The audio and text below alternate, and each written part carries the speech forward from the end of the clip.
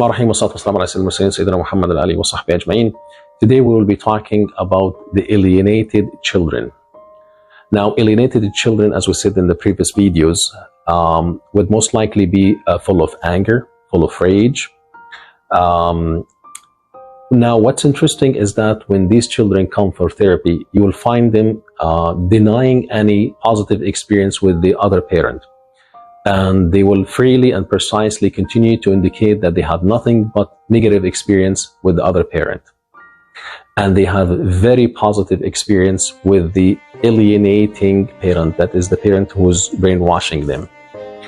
To be able to understand what goes on in the mind of these children, let's explore what's called the Stockholm Syndrome. The Stockholm Syndrome refers to an incident that took place in Stockholm in 1973, where a person was trying to rob a bank and ended up having 4 hostages for an extended period of time. And after so much trauma and suffering for these hostages, they were freed.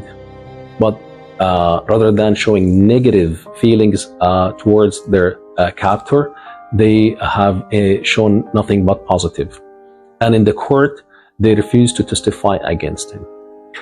Now, this very awkward dynamic between the abuser and the abused could be somehow understood when we understand what children go through in these circumstances. Children, when they are being subjugated to brainwashing and to make them believe that the other parent is evil, and the abuser parent use intimidation and fear to implement their agenda.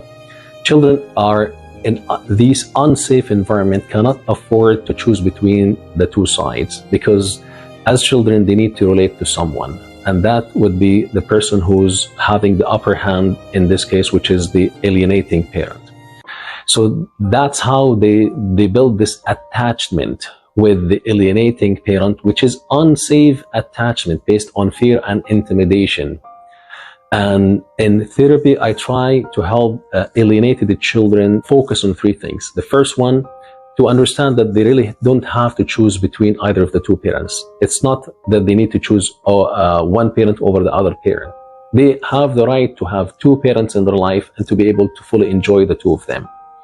Number 2 is that they need to expand their horizon and put themselves in the shoe of the alienated parent, the victim parent.